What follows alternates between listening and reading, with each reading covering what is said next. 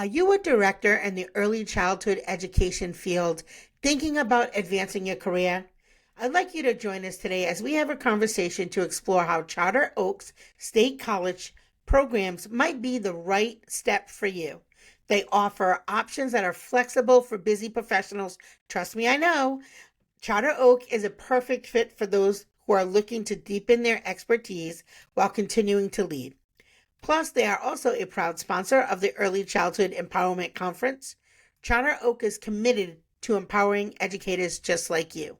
Today, we are joined with one of my favorite professors, Professor Maureen Hogan from Charter Oak. Welcome to the show. Thank you. It's a pleasure to be here. Thank you for having me. We're super happy to have you here. So, let's talk a little bit about Charter Oak. Can you just tell folks a little bit about what you think makes your school different, special, unique? Sure. Well, I actually want to start with the history of Charter Oak State Yeah.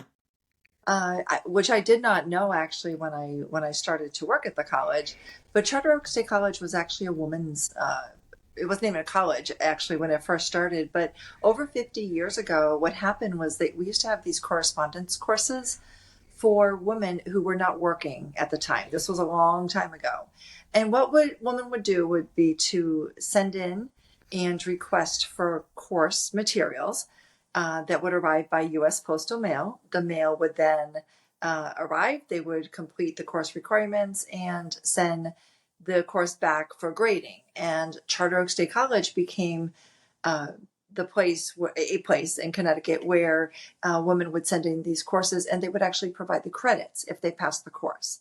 And from there, we evolved to being an online institution. So we've been around now for about 50 years. And so what makes us special, I think, is number one, we have a history of alternative types of online learning for adults. And I think that the options that we provide for adults are flexible and work for their busy schedules. I fully agree there. Which made it very, I'm not going to use the word easy, made it doable. It wasn't easy because I juggled a lot of classes at once and everybody's going to move at their own pace, but I did find that there was quite a bit of flexibility in terms of the time. Um, you do have to be dedicated though, and you have to have a plan for sure to get your coursework done. You're at Charter Oak State College, as you know, Eric, and being an alum of the college, you do have weekly work to do, hmm but you have from Sunday until the following week on Sunday at midnight to schedule yourself to actually complete your assignments. And so, what I always recommend to students is get in the course on Sunday or Monday, see what's due for a week and for the week, and then schedule yourself to actually complete the work, at different times when it works for you. And so you don't have to choose between going to a child's soccer game or, doing something else for your family that might be important. You have the whole week to complete the work. Yeah. Let's talk a little bit about leadership for a second, because I love leadership. We talk about leadership on the show a lot. Talk a little bit about how Charter Oak prepares directors for leadership roles within early childhood education. That's really a great question. We actually have the undergraduate degree in early childhood education. So it's a 4-year degree. And in this degree, we have two concentrations. One is for those who want to continue to teach in the field, but the other concentration we have is program administration and leadership.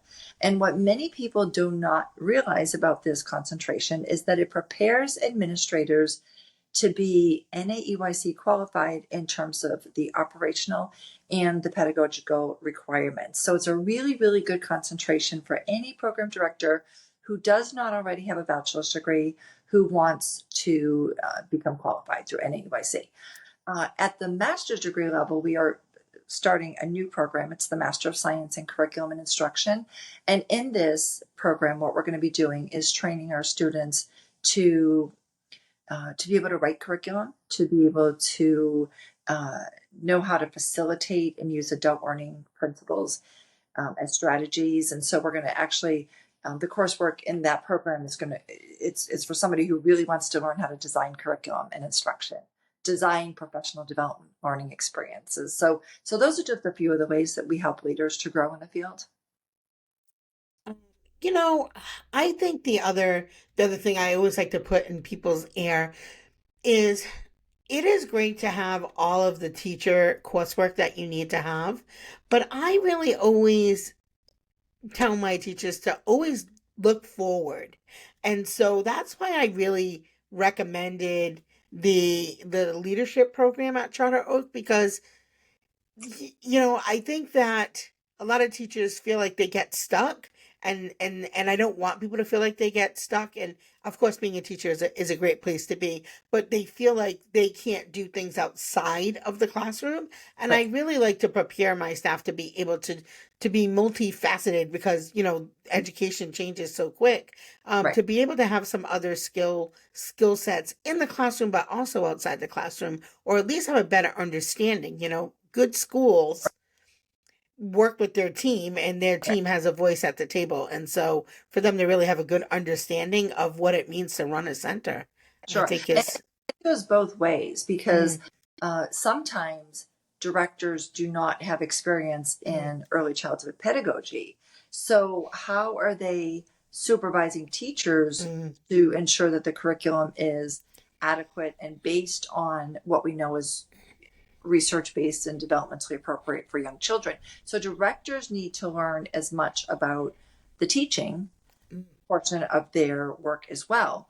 But at the same time, teachers, like you said, need to be able to think forward. And so, thinking to where you might want to be in 5 years might lead you to want to take some leadership courses. And as you know, Erica, we offer administration and supervision in early childhood programs. We have a leadership course in early childhood. We have a personnel course. And we have a few others, such as finance, and another one on working with families. And these five courses actually fall into five competency areas for directors that are really used around the country. So it's not like it's just us offering those core competencies for directors. Other states are as well, but we do it online and we do it in the Northeast states mostly. yeah. And a lot of states have different qualifications and different roles. And so here in Rhode Island, you can be a director and also be the ed coordinator if you meet those requirements. But a lot of places will have like a director and then have an ed coordinator. And the ed coordinator usually is the one that oversees the curriculum. But the director is the one who usually will do the uh, you know, um, review of the ed coordinator. So if you don't really have the education piece to back it up, like you said, how are you going to evaluate if that education coordinator is doing a good job if you don't have the pedagogy piece too? Right, right. And you make a really good point that sometimes the directors may not be directly responsible for the day-to-day curriculum. There's an Yeah. ed coordinator that might be there to do that, but still the director needs to hold the ed Mm-hmm. coordinator accountable, Yeah. right? Mm-hmm. And the coordinator needs to hold the teachers accountable. So it's really, really important for directors to have some knowledge of that pedagogy. Yeah. What is out of all the programs that you offer and all the classes that you teach, what ones are your favorite and why? Best, okay. Programs, I think my favorite, I don't know that I have a favorite program. I will say that I have a particular interest in anti bias education. Social equity and justice is important. So we do have a course that's titled Diversity and Ethics in Early Childhood Education. So that I would say would be one of my favorite courses. I also feel very called to working with students in urban communities or to even teachers in urban Mm-hmm. communities. But in my past, I did work with children in urban communities. So now, when I think about my interest, I still carry that with me to this day, wanting to support those that do work in more marginalized communities and making sure that there's equity in teaching and learning practices. Yeah, I think that that's a conversation that's happening in schools, throughout the country for sure. Um, what what would you say to somebody who really wants to go back to school but is nervous? Like, what is your best advice?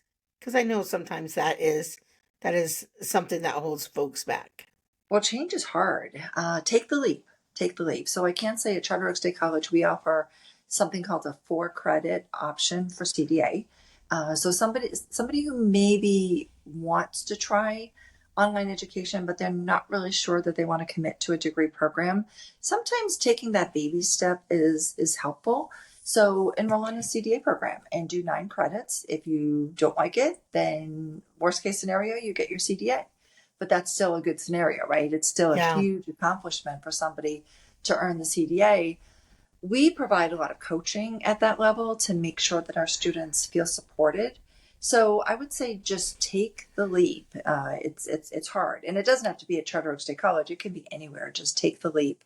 Reach out to people who can be coaches or mentors to you, and can just support you while you're going through the process. Because learning learning how to acclimate to online courses can be challenging. They're accelerated. They're You just have to shift gears a little bit in your day-to-day life to be able to fit in all the requirements for online learning. But with the help and support of family and friends and coworkers, I think anyone can do it. I'll often say to students that it's important to get your family on board with what you're doing. So, just as much as you would want to support your children with something that they may want to accomplish, and you're going to be there as a cheerleader for them, uh, sometimes we need our children to be that, not just our children, it could be our parents, it could be our significant others, but having the support from others is so important. And here's an example. With online education, I suggest to students that they actually schedule their time to go to school. So you can log on whenever you want to, whenever it's convenient for you. But our most successful students will be those that can say to maybe parents or to their significant other, listen, every Wednesday night, I'm going to block off this time for me to go to school. And so can we agree that this will be time when you'll be with the kids? And so if you have a partner that can help with that, great. Now you know that you're using support. So when somebody takes on a new credential, training program or a degree program, it's so important to have the support of those that they care about and love them as well. So, I think that is great advice. I was just talking with one of my directors who just recently went back to school through part of the Teach program, and she was a little nervous about how she was going to fit it all in. And then she also has a fairly young child. I mean, she's like 14, so not super young, but still needs her attention. And I talked about scheduling time in the morning, waking up a few hours earlier. I found that was one of the keys to my success because at the end of the workday, sometimes you're a little tired, you're not as alert, and you want to spend that time with your family. So that was one of my little tricks that helped me get through. Was I would wake up like 2.5 hours earlier, enjoy some breakfast, have a cup of tea, and then I didn't really lose out on family time, and I was much more alert and wasn't exhausted. So just go to bed earlier, guys. It really does make a difference. it does. So yeah, it does. It does. And then you'll be excited about, your day, right? You feel Right. accomplished and people are just waking up and you're like, all right, I already got this done. So, Yeah. um, so talk to us a little bit about the master's program that you have, coming up and what's that look like? When is that starting? So our Master of Science in Curriculum and Instruction starts in the fall. We start to accept applications in April of this year. We're so excited about it, Erica. We have 8 core courses that everyone will take, but then we will have specific courses geared towards different sectors of the education industry. So, for instance, we're going to have 5 or 6 electives in early childhood, some that we're really, really excited about, like social emotional development for young children. That's a really important one for us. STEAM for working with young children. We're just learning to bring the arts into our curriculum for young children. A few leadership courses as well in terms of curriculum. So we'll have the early childhood piece, but then we also have courses in special education as well as even elementary education. So we're trying to broaden our range and think more of early childhood from birth through age 8 instead of birth to 5. And sometimes what happens at 4-year colleges, we tend to think of the birth to 5 population, but even once they go to kindergarten, they're still in early childhood. We're really wanting to just spread our wings a little bit and move into those early elementary years as well. I could literally cry just hearing that. So I'm originally a school age girl. That's where I started. And I Okay. can't tell you how hard it is to find courses that crossed over. And the other thing is when I talk about early childhood education, so often I have to say, that includes school age children. Like even when we had our quality ratings came into our state, it was first the money only was for infant toddler pre-K programs. And I kept going, wait, so once that same child graduates in June and comes to my summer camp program, they no longer need quality? And of course the answer is yes. And several years later they have moved it to include school age, but yeah, it's often left out of the conversation. So I love that you guys considered that. I already loved you guys. I didn't think it was possible to love you more, but I possibly could just love you more now. Um, so, and I think that that's great. And a lot of the folks that are coming to the Early Childhood Empowerment Conference this May are school age folks. So I'm going to love that. Make sure that you somehow are letting folks know that this would be acceptable program for them as well. And I know they're going to appreciate that. And that's really good to know, Erica, because when I started in my current role, we had some school age care courses that were scheduled consistently, and they did not have a high enrollment at all. And that was for the reason that you just mentioned, that school age providers often do not get, or counselors often do not get the same scholarship opportunities to be able to earn college credits. And we are actually just bringing those courses back this upcoming fall. So we are excited about that. And I will make sure that when we are at the conference in May, we bring information on that. Yeah. So here's one of this is a childcare owner tip and trick. If you want really great school age folks, you have to find ways to give them hours beyond 3 to 5 for most of them to be Sure. able to make a living, right? So Yeah. what we did was we put together schedules where the school age folks would come into our early learning programs, and Mhm. they would be, instead of like, I want to say like floats, but they would come and cover teacher prep time. Mhm. They would come and cover teachers' lunches. So that would Sure. allow us to give full time to our school age people, and then I love it. also allow our teachers to get time out of the classroom. So we're one unit, one school, and then everybody had the same opportunities in terms of hours and benefits and schooling and all the things that really matter to keep good educators with your program. So I find like that was probably one of the harder things that school age programs deal with, is it's hard to keep good teachers with anywhere, but then to keep them at 20 to 15, 15, 20 hours is extremely difficult. Sure. So, get real creative, and you can really have high level teachers to create high level programs. I've had similar experiences in when I was a program director. Same thing. I remember working for programs, and they would say, "Well, your before and after school staff need to go home at 9:30 after the children go to school." And I'd say, "Well, why? I Hmm. can use them in these other programs for the reasons that you just mentioned. Yeah. We do need support staff to be with those infants, toddlers, preschoolers, and as long as they are, they have some experience and training behind them, they can support us in those roles." So I agree with you. Yeah. I will say, as a director, one of the reasons that I really loved Shadow Oak was the flexibility. I also found that tuition for those of us who didn't have access to grants and teach and all of that, I found the tuition to be pretty affordable in terms of colleges. I would say that it was pretty gentle there. And I love just the network of people. Yeah. So you had mentioned earlier about network with the people in your classes, not just for class sake, but build yourself some people you can count on to talk with after you graduate. Yeah. Have those connections. So I really loved that part of an online class. Like maybe you're not in class together, but you do make really good connections if you're if you want to. And I think So that it's a good thing. Erica, that's something I'd really like to speak on Yeah. because, as we know in our field, relationships are at the heart of everything we do.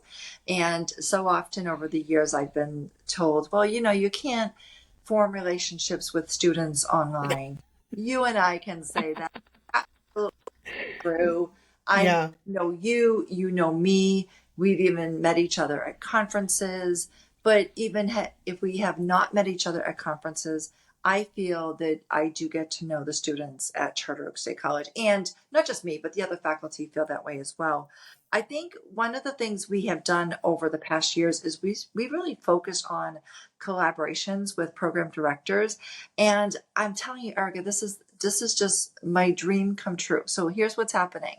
We have a collaborative agreement. We are forming these relationships with directors, and we're sitting with them and we're saying to them, what can we do to support you? And they will talk to us about the professional development of their teachers. It may be in the form of teachers needing a CDA credential, or maybe teachers are just fearful of returning to school. They don't know how to take that leap.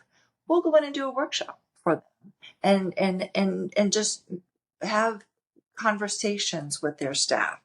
We want to know what their needs are as program directors, because we feel that when we know the needs of the program directors, then we can tailor what we're doing at the college to support the industry need that they have in terms of not just recruiting, but retaining qualified staff. And through these partnerships that we've developed with directors, I have to say that our enrollment has just grown leaps and bounds. We'll have sometimes 4 or 5 students from one program that are enrolled in our program. And what's really neat is that they can go to each other during children's nap time and say, listen, I'm doing that assignment in English 101. How are you approaching it? What are you doing with it? Or, if they don't understand something, they collaborate with each other. And it's really, really nice when the programs will have a few students with us and we know the director, because then now, again, it all goes back to that one word I mentioned a few minutes ago. It's all about relationships, and we support each other and building these relationships. And it's beautiful. It's really beautiful. Yeah, I agree. There are definitely a lot of great relationships, and I can't wait to bounce my way right back into class this fall when you open up this master's program. I will say that I feel that the skills and the knowledge that I gained during my program time with you have directly influenced my leadership style, and I feel extremely lucky to have almost graduated right before COVID hit. So I was able to one graduate in person, but also able to, I don't want to use the word pivot because I feel like that word has been used a lot since COVID-19, but I really have been, I was able to really navigate, that's probably the better word, navigate all the changes and challenges that happened in the last 4.5 years, with multiple locations, multiple, staff. I feel like a lot of what I learned, I was able to like put into practice pretty quickly. So I do That's appreciate that. great. That's Yeah. wonderful. Yeah, we even have it as part of our conceptual framework. We have in there that we really want to focus on technology with our students because, as you know, with COVID, you already had skills with technology, right?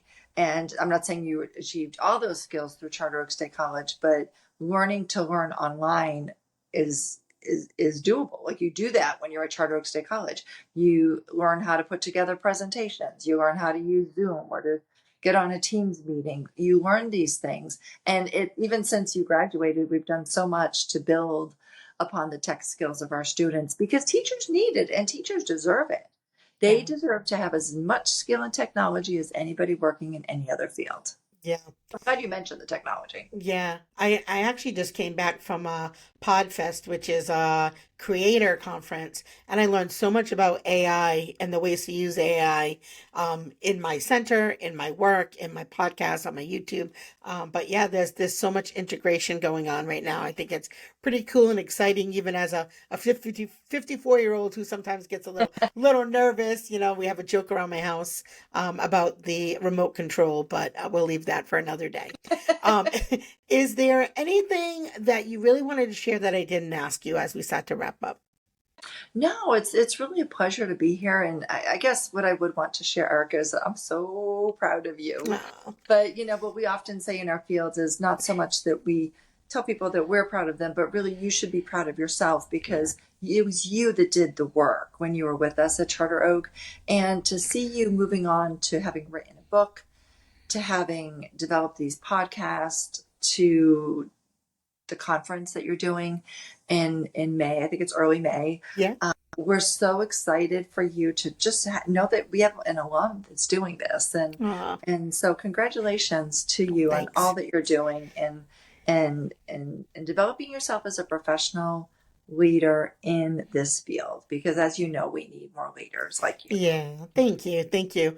I appreciate that. I appreciate that. Confidence and support. Yeah, thank you. So, for those of you who are watching, if you would like to learn more about Charter Oak, we're going to put the link below in the comment section. Also, if you're interested in coming out to the Early Childhood Empowerment Conference this May, May 2nd, 3rd, and 4th, we'll also leave the link below. You have to come. We're going to have everything from leadership trainings, director training, teacher training, school age tracks. We've got 15 amazing speakers on Saturday and 7 on Friday. And I just can't wait to connect with all of my listeners. So I'm very, very excited about that. So, as always, it's the small details that make a big impact on the success of your childcare business. That's all for today. Bye. See